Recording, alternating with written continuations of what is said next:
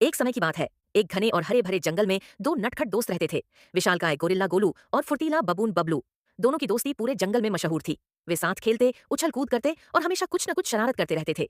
एक दिन जंगल के बुद्धिमान और बलवान राजा शेर सिंह ने एक महत्वपूर्ण घोषणा की।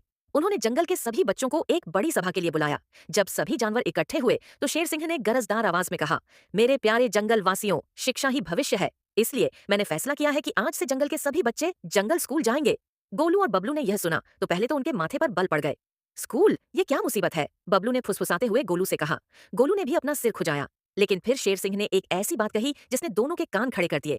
और हाँ, राजा ने मुस्कुराते हुए कहा, स्कूल में स्वादिष्ट लंच भी मिलेगा जिसमें ताजे फल और रसीले केले होंगे।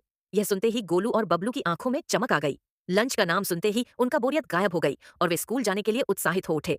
अगली सुबह गोलू अपनी सबसे पसंदीदा पीली टी शर्ट और बबलू अपनी लाल टोपी पहनकर तैयार हो गए।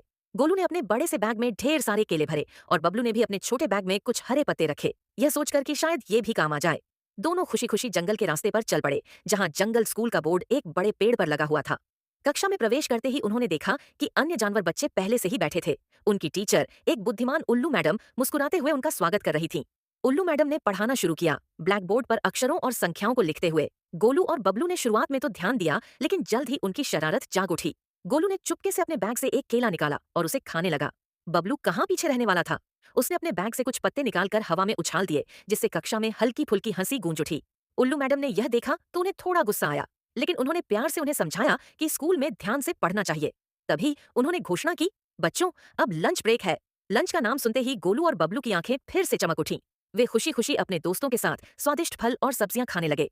उन्होंने महसूस किया कि स्कूल उतना भी बुरा नहीं था, खासकर जब वहां खाने को इतना कुछ मिलता हो। स्कूल के बाद गोलू और बबलू खुशी खुशी अपने घर लौटे। उनके बैग अब खाली थे, लेकिन उनके मन में एक नई ऊर्जा और पेट में संतुष्टि थी। उन्होंने फैसला किया कि स्कूल आना मजेदार है, खासकर जब वहां खाने को मिले और नए दोस्त भी बन जाएं।